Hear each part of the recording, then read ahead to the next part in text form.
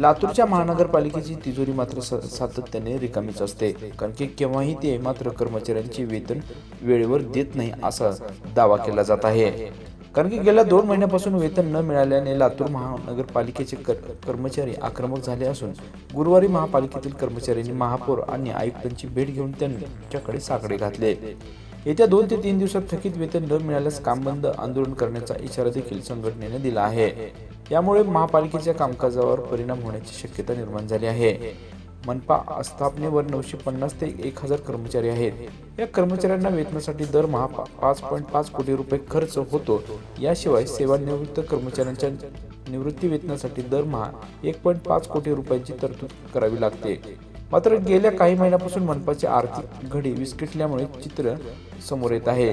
वेळेवर पगार होत नसल्याने कर्मचाऱ्यांना आर्थिक अडचणींना देखील सामना करावा लागत आहे.